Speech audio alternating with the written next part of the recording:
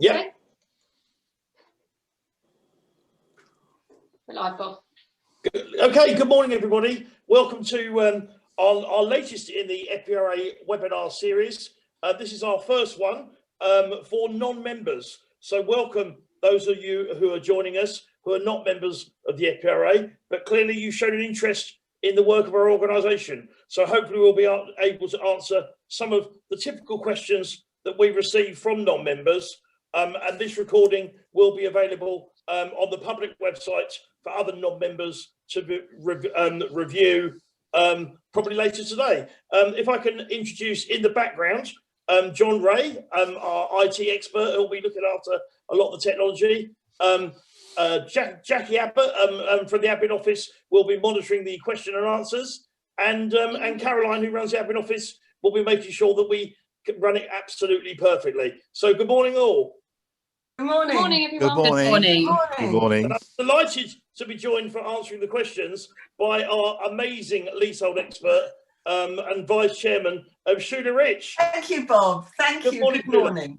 Looking forward to this. Tell me. Wonderful. Yeah, it's a bit of a new experiment. So it's the first time we've sort of engaged with our non-members in this way. So it's a great way to hopefully showcase the work of the FPRA and promote the benefits of membership. So without further ado, if you're ready, Shula, we'll kick off question number one. I will read the question for anybody who can't read it online or is listening on the phone. And then Shula, hopefully we'll be able to come up with a really good answer. Yes. Anyone watching the webinar will be able to put supplementary questions in the Q&A section.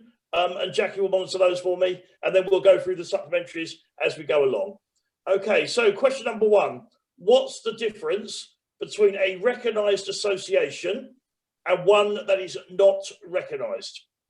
Well, recognised is a funny word, isn't it? To me, it means, does somebody pay attention to you or not? Are you recognised? And I've had queries through FPRA which say we want to form a recognised residents association. But basically, an association is an association. If people out there want to get together and call themselves an association because you have got together, that is absolutely wonderful. And you can speak as one voice through your elected representatives, and you can join the Federation of Private Residents Associations. The Royal Institution of Chartered Surveyors Code of Practice actually instructs its members to pay attention to all associations, recognised or not. So what's the benefit of recognition?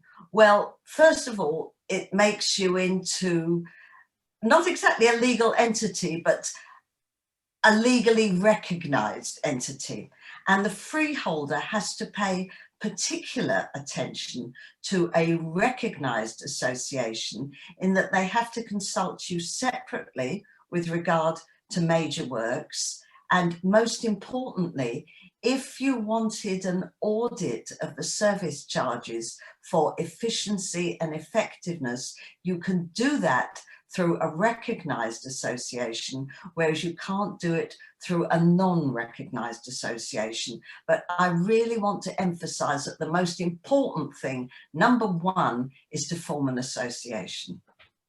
Is Lovely. That sufficient? Lovely. Thank you for that, Shula. A very common question that the admin office receive almost on a daily basis, really. And I think the important thing to emphasise for non-members watching is actually you don't need formal recognition from your landlord to join the FPRA. Well, you know, we're here for, as Shula said, for any association of leaseholders that come together. Any supplementaries there, Jackie? No, we have nothing at the moment, Bob. Okay, in that case, we'll move on to question number two. What rights has a tenants association got? First of all, I just want to clarify this business about tenants, residents and leaseholders. The law often refers to leaseholders as tenants. It goes back to feudal times, and it's quite confusing because there are tenants that have assured short hold tenancies, such that if somebody owns a leasehold, they may rent out that leasehold flat and they may have a tenant. So a leaseholder can have their own tenants, but a tenant is also a tenant of their landlord as well as being a leaseholder, and it's all to do with language. Mostly the law refers to tenants associations, and it is often a question as to who can join a tenants association. Can tenants join it? Well, in the sense of an assured short hold tenancy, no, they can't. So what rights has a tenants, in brackets, leaseholders association got? Well, the most important right is that they should be consulted about major works separately. They also should be consulted every 4 years about the appointment of a managing agent, and they may request an audit of the service charges for efficiency and effectiveness. Now, this final one is probably the most important because it results in something.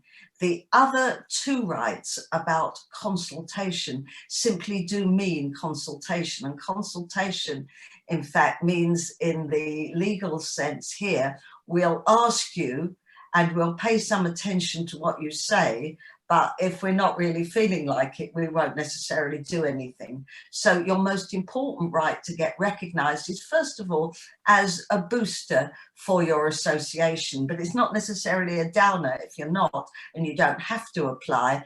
But in addition, if you want to look into the way in which the service charges are being used, then a tenants association and a recognised association is the way to go. Lovely, thank you, Sheila. I think one of the common questions the admin often get is from social tenants in the social sector, and as the name of our association would indicate, we are the Federation of Private Residence Associations. So we're an association for private long leaseholders. But what we do is we do have a number of members who are mixed tenure, and increasingly mixed tenure of private social leaseholders is a lot more common now, isn't it, Sheila?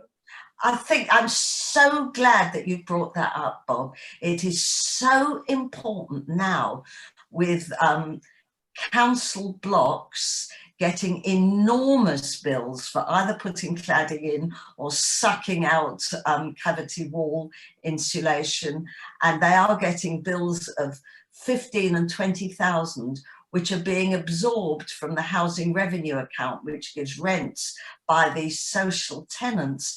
But the leaseholders are getting these bills. And as you said, Bob, these are privately owned flats. And I have come across scatterings of leaseholders, for example, 5 in a council block of maybe 10 or 20, where the rest of the flats are rented out. And those 5 can get together and they can form a residents association. I have helped them using the FPRA guidance, and they can get recognised and have been recognised by Brighton and Hove City Council. So you can have a private residents association of, say, 3 out of 5 leaseholders in a block as large as 40 or 50 that can get recognised and that has all the rights of a recognised residents association. We're happy to advise you on forming them, and once formed, to give you any advice and support that we're able to. Lovely, thank you for that, Sheila. Thank you. Available on our website is a guide for non-members, and there is a fee for that guide. But if you go on as an association to join us, and we hope you do, the cost of that guide will be deducted from your first subscription. And it looks like we've got some people in the chat box, have we, Jackie? We do have a question, yes, from Marissa, who says, thank you for doing this webinar. We are mixed tenure. Can a recognised RA require an audit of the service charges, even if the managing agent is a local authority? And then sub-question, are we still able to join the FPRA? Thank you. I think the answer to the final point, I think, is yes, based on Shula's answer, but I'll let Shula respond to the first bit.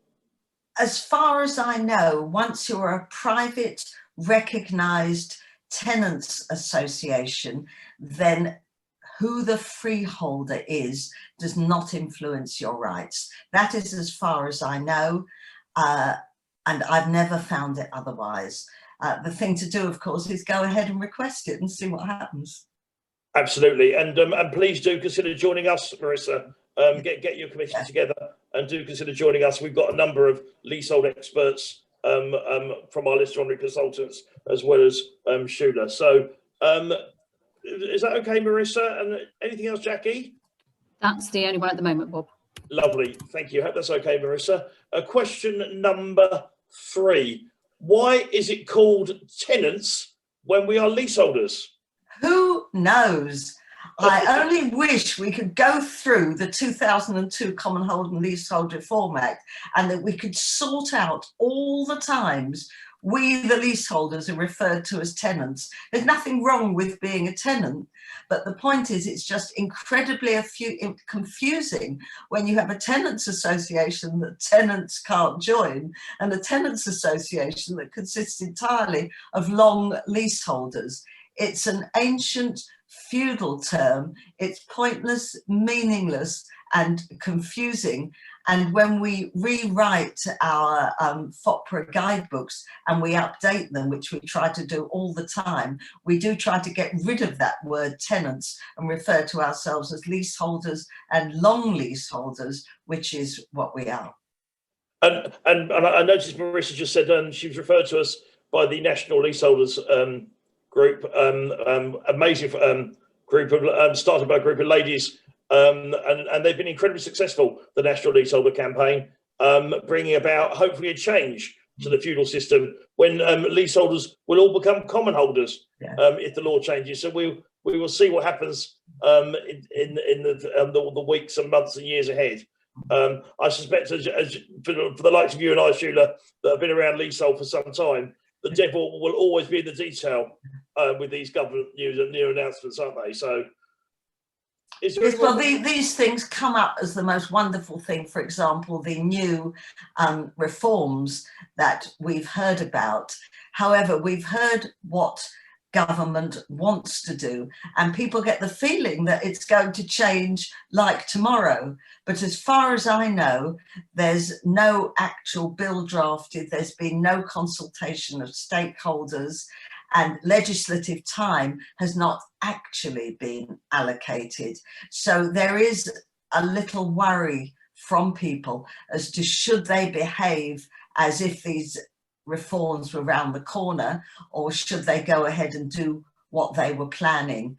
Well, as you said, Bob, it's in the detail, and even when the reforms come, we don't really know how they're going to balance everybody's interests. But we have every hope that due to the pressure of associations like ours, the Leasehold Campaign and LKP, and the government promise that they would be favouring leaseholders as the most important of stakeholders, that these will be beneficial to us. Thank you, Shula, and I'm particularly grateful to one of the patrons of LKP, who's my local MP, Sir Peter Bottomley, who has been incredibly supportive, and I think it's worth mentioning yes. him. Yes. I know he's very keen that the government change the law, but it's worth remembering the 2002 Act, of course, was meant to change a lot of this, the feudal aspects of the ancient system, wasn't it? We are where we are, I think, as they say. But I hope that answers your question. Is there any more questions in the box, Jackie? Nothing at the moment. Okay. Oh, hang on, sorry. Yes, we've just had one pop up in the Q&As if you want to. Okay, yes, please. Yep. Do you want to read that one, Bob? Okay, yes. Susan. Good morning, Susan. Hello, everyone. I'm involved in estates comprising of 5 separate buildings. One of the buildings is looking to form a recognised residents association. Is that possible, Shula? Well, it's certainly possible to form a residents association. There's absolutely no barrier between either forming an estate-wide residents association or a residents association that pertains to each block. Generally, I would say that the residents association, when applying for recognition, needs to apply to the freeholder of the overall freehold title. So if each block has a separate freehold title, a separate title of the land registry, then I would think that one would be best applying for recognition separately. But if it's overall for the whole estate, then you would need at least 50% of the residents in that estate in order to apply for recognition.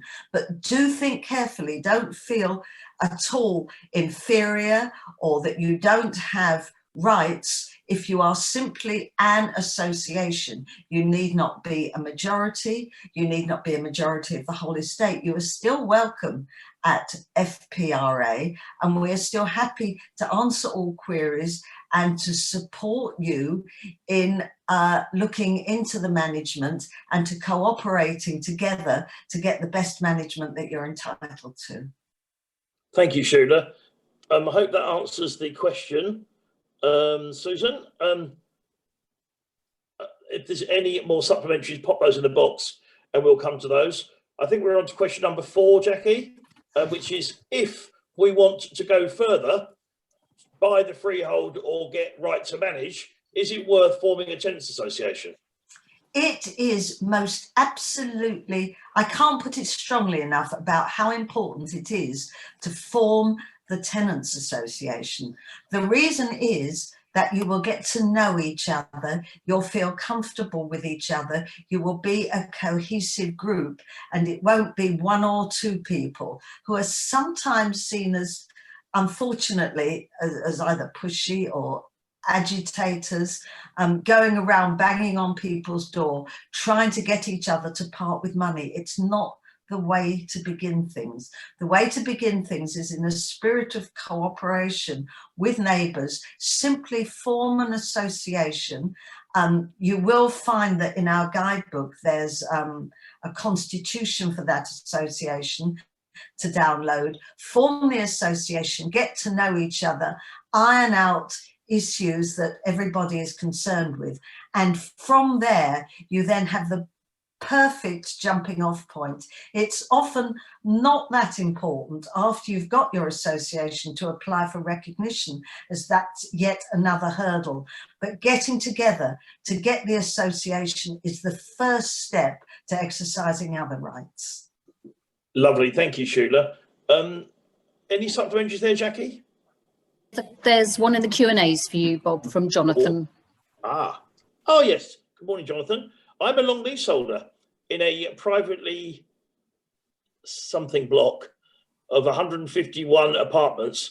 What is the minimum percentage of leaseholders required to form a leaseholders association? That's a very common question that we receive in the office very frequently. It used to be 60%, but it's now been lowered to 50%, and it doesn't have to be a majority, but that is for recognition.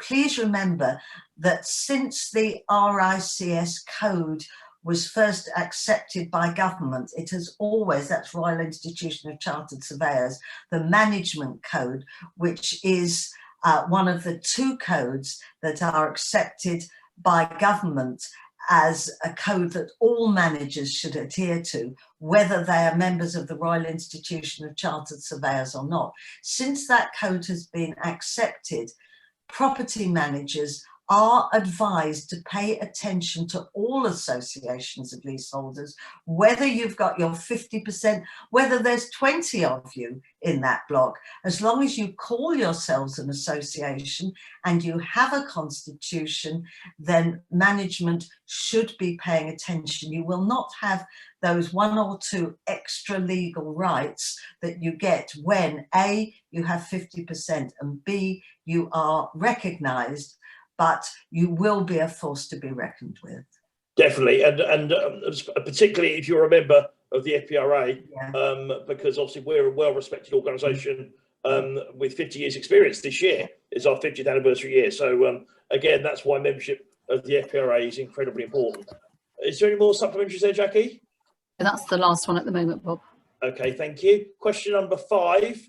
Does the association need a subscription?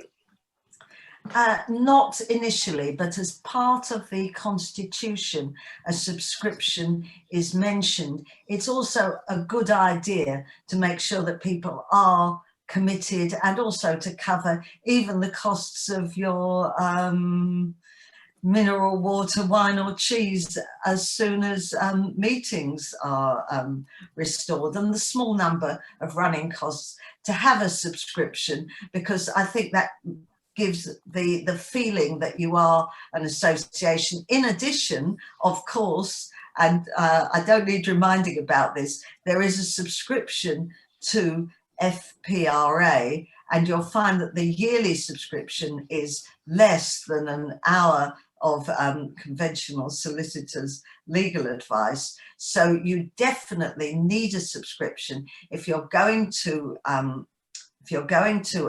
to FPRA, if you're going to receive our newsletter, and if you're going to get onto the members area of our website, which has a wealth of questions going back for years and a wealth of expert articles written for the benefit of leaseholders. So in general, I'd say, yes, start with a subscription. Yeah, indeed. And many of those questions and answers go back even long before the internet. Where John Ray's managed to get some of those questions from years gone by and put on the website. So it's really important. I think if the association is a landlord in its own right, either as an RTM rather, or an RMC, a resident management company like my own, in my own block, my own view is actually the FPRA membership is very much something that can be charged to the service charge. Certainly my own block does that. And I always encourage associations in that situation to charge it to their service charge, because everyone within the association will benefit from the membership and the impartial, independent advice that we provide. Is there any supplementary to that? Yes, may I have a supplementary, please? No, please do, Sheila. Since I just want to let people know that since 1996, when I first joined FPRA, when my own block had a bill, think back to 1996, of almost £2 million, and what a support FPRA was in those days to me. And I remember at our Residents Association, the telephone rang, because as you said, it was before internet days. And I said, shush, everybody, it's the FPRA. And without that support of the FPRA and the advice, and Martin Redman, a retired barrister, our query was just so terrible. The bill was the largest perhaps ever seen in the UK at that time. We were a very big block, came to see us and helped us navigate our way through that dispute, and through to buying the freehold, and through to our being members of FPRA, and myself having become vice chair. And yes, we take our thoroughly worthwhile subscription to FPRA from our service charge, and all our directors hugely value the newsletter that we get. Excuse me, I'm going to take that off the hook. Well, why should us just answering the phone? I would just. There we are. No, I took it off the hook. Here we are. Yeah. I'm together now. I would just echo what you said, Sheila. Certainly, I don't go back quite as far as you. My block joined the FPRA about 2001 when we were having problems with our managing agent, and as a result of the advice I got from FPRA, actually our resident management company, our RMC, joined FPRA. And we've self-managed our block ever since, because we took the view that we didn't need a managing agent. That's not something we necessarily advocate for everyone, but it's certainly an option to actually manage your own affairs, while remembering that obviously you have the legal responsibilities of being a director of a company. Okay, anything else on question 5, Jackie? No supplementaries at the moment. Okay, question number 6 then. Where can we find the rules of the association? This is an important question. There are recommended rules which are available in our guidebook on forming an association. And it is recommended that perhaps you don't modify these rules too much, because they are also recommended by government as the accepted rules of a long leaseholders association. And it's really not worth adapting them too much. They've been worked out in order to give the maximum amount of mix between democratic management and a proper structure for an association. And so initially we would always recommend obtaining these rules, going along with them, and especially if you're applying for recognition, then using those rules to apply. If by any chance the freeholders were to turn you down, it would always be important to have the correctly worded rules for the association as accepted by government. If you're applying to a first tier tribunal for recognition, it will greatly help if you use those published in our guidebook. Excellent. And obviously another reason why those of you who are not members really should be buying that amazing information booklet guide. And we will, if you go on to join us, we will deduct the cost of that from the first subscription. Any more supplements there, Jackie? Just to point out that the guidebook is only £18 and isn't available online, and it's electronic, so you could just download it after this meeting if you're interested. Excellent, thank you for that, Jackie. Question number 7. Are agents bound to deal with us as an association as well as individuals? Thanks, Bob. This is a really interesting question, because some people feel that they want to stay outside an association because it means that their voice is heard as individuals, whereas within an association, I've known people fear that they will be drowned out. But really, that's not the way to go about things, because when we are in a block, we are, whatever you say, we are part of a group anyway, and our interests would hopefully be the common interest of maintaining the block to the best value that we can get in accordance with the lease. And really, although an individual should, of course, be responded to by any managing agent, you are far better off getting to know your neighbours and discussing your points, because I have always found that not only 2 heads, but the 7 heads, we're a block of 100, are better than one. All of us has individual experience, and there is so much that we can learn from each other. It's a wonderful social experience, as well as important for the block, to get together in an association and talk to neighbours about what we want. And I think that there's a far better chance of being heard, and also of grouping our views when we're part of a group, an association, than when we're trying to make it on our own. I think that's a really good point as well. And I think as time's gone on, association blocks are very different now, and there's often competing priorities. So if you can have those discussions in an open and transparent way, I think it's really important to identify. I know I'm chairman of company secretary of my block. We've got 6 directors. There's only one other director that actually lives on site. The others are landlords, and they sublet. And often the priorities are very different about what we do and what we don't do with our estate. So to have those conversations in an open way. In a world before COVID, we used to be able to get together over a glass of wine. But actually, this technology also works very well. For those sort of meetings as well, really, particularly when we don't all live in the same building. Okay. I just want to. The road that I live in, I walk past several blocks where you can see the difference. There's one block where I actually helped the lessees get the right to manage. And it looks so different. It's got a bicycle park in its front area.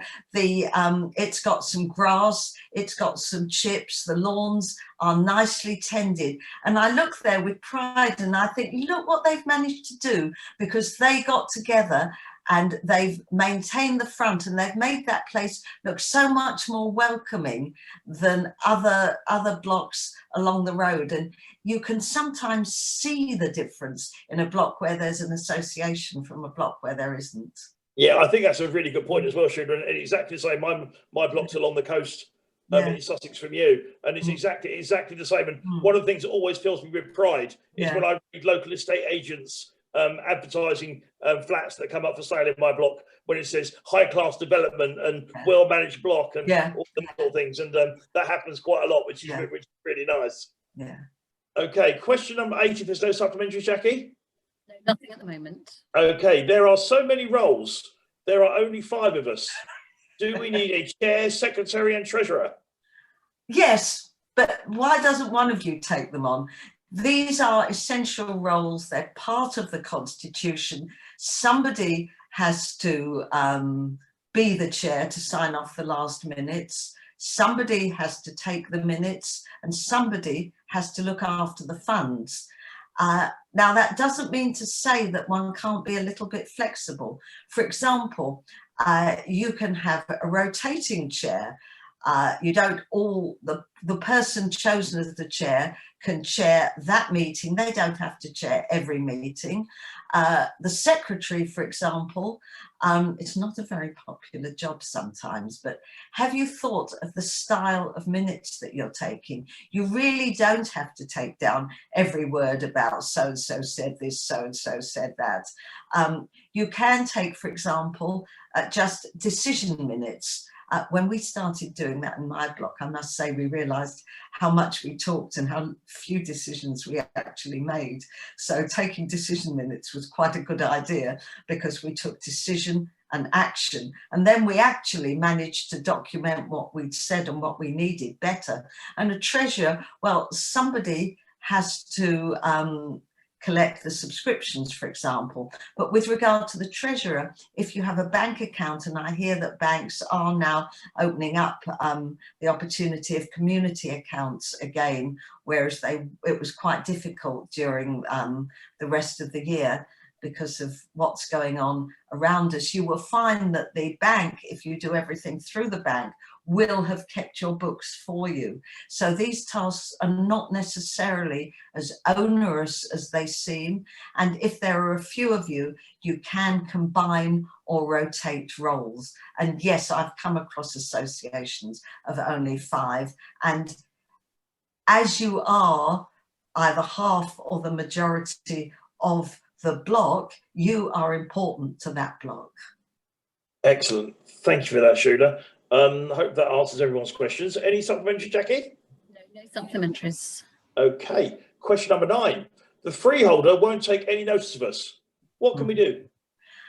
I remember a time when that happened to us, and our freeholders were one of the biggest families, the richest families in the world, actually. They were called Mars, the sweetie bar firm. And I remember going to a meeting, and our freeholder held up our report on the £2 million bill, which we paid a quantity surveyor for. And the gentleman taking the meeting took the report, and before our eyes, he tore it up like that. And he said, "That's what I think of your report." And it was a hurtful time. And I know how it feels. We have a lot more rights now than our association ever had in 1996. It was before the Surveyor's Code of Conduct was drafted, and before those instructions that good freeholders, and I think our freeholder did actually intend to be good rather than the evil oppressor that we saw them as, you should be taken notice of. There are avenues to raise this in the Ombudsman Service, and of course come to us to raise these issues. And the other point is, of course, you can apply for recognition. So one, you have rights. Two, yes, we know how it feels. And three, think about applying for recognition. Absolutely. And of course, there's also the other option of collectively enfranchising as well, isn't there? Yeah. You know, where you obviously buy a share of the freehold. Yeah. And that's obviously a lot easier than it was back in sort of, you know, the 90s, isn't it? So, you know, there are a number of options available. But again, you know, it's almost one step at a time, isn't it? You need to form an association, consider whether right to manage is a better option for you, or whether collectively you want to get together and actually become the freeholders yourselves. Yeah. All of which have different sort of responsibilities. Yes. Any questions, Jackie? No, nothing at the moment. Okay, I think that brings us to the last question, which is our last slide, which is members' benefits. I'll just run through those for anyone that's listening on the phone. Unlimited, impartial, free advice through our expert team of professional honorary consultants. And we've got a number of volunteers from all sorts of different disciplines, with significant experience in all sorts of aspects of leasehold life. But I think the key word there for me is impartial. It's really important that actually, if we find there's a conflict of interest between one of our advisors and their professional firms, we will give your question to another advisor to make sure that the advice we provide is generally impartial. And I think the other one that's crucial there, which we often debate as directors, as Shula will know, is that first word, unlimited. I'm certainly have always been of the view, one of the strengths of the FPRA is actually we should be unlimited, the advice that we provide, because you never know when you're going to need our advice. Sometimes you might need lots and lots of questions answered by us in a subscription year. On other occasions, you might not need us at all. But my view has always been we're like the AA for your car. You never know when it's going to break down. You never know when you're going to need the AA, and it's the same for the FPRA. So that's really important first benefit there. Access to our members area of the website, as we talked about. John Ray, who's online, keeps that regularly updated with all sorts of information that's not so freely available elsewhere on the internet. So it's a really useful resource that is specifically for members. And the latest addition to that since the lockdown of 2020, and as we're going into now, is our webinar series.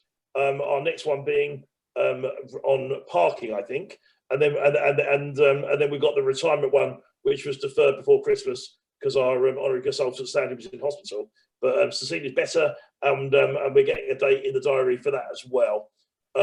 Quarterly newsletters.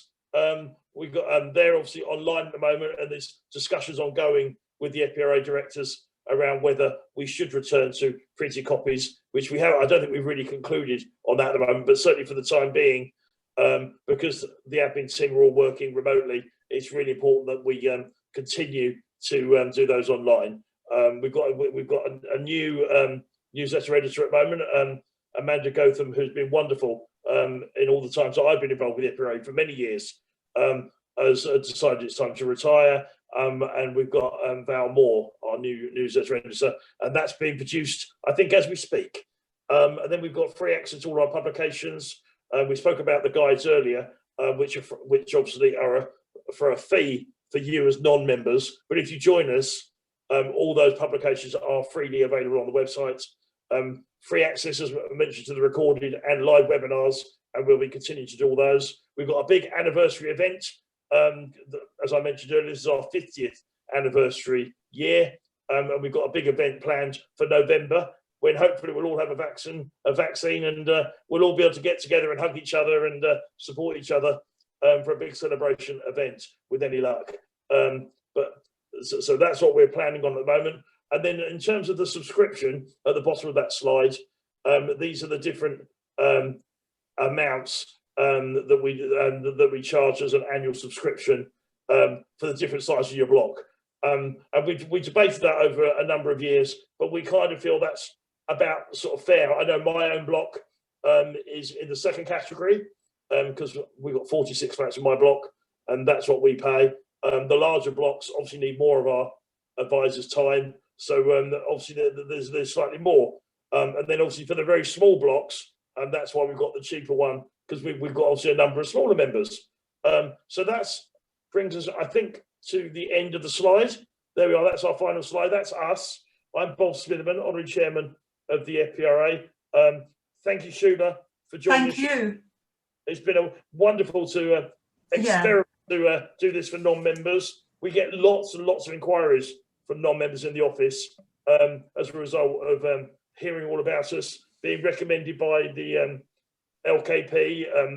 Martin Boyd is one of our honorary consultants. The National Leasehold Campaign are very, very supportive of us. So we get lots of recommendations and lots of questions. But obviously our own constitution as an organisation means that we can't provide detailed advice to non-members, because obviously we are a member organisation, and it would not be right, you know, for our members, you know, to have the same service as non-members.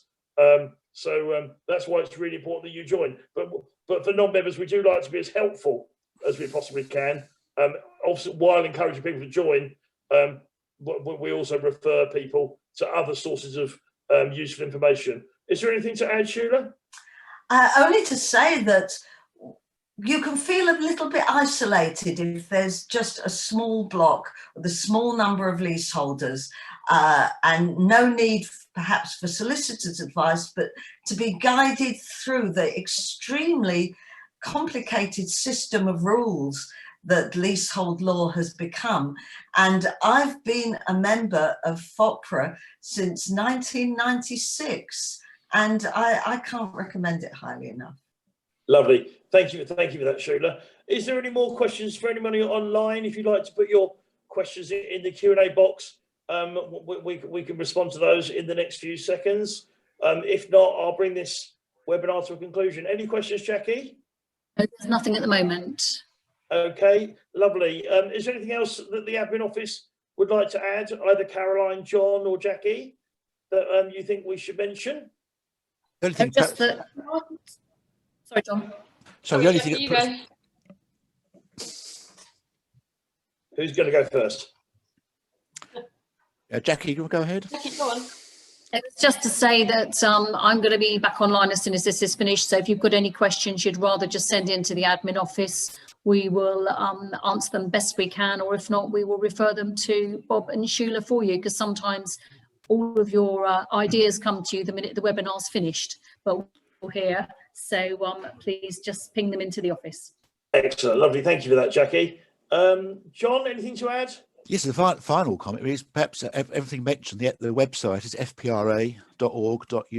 Just go on there and you'll see a lot of information already. And as both Shula and Bob have mentioned, extra information is available as a member when you log in. But you'll already see a lot of wealth and, of course, contact details, etc. there as well on the website. Lovely. Thank you, John. And anything to add, Caroline? Yeah, I just wanted to add, Bob, that if anyone was to join now, they would actually get 15 months membership for the same price as 12. So excellent. Your renewal wouldn't come till April 22.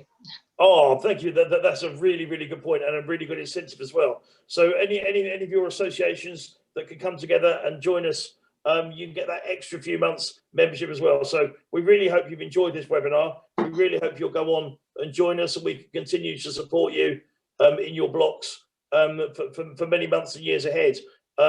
But from me, Bob Smitherman, Honorary Chairman of the FPRA, thank you so much for joining us. This recording will be available for future viewing on the website within the next day or two. So, Shula, thank you very much. And bye-bye. Thank you for joining us. Bye-bye. Bye-bye, everybody. Thank you. Bye-bye. Bye. Bye.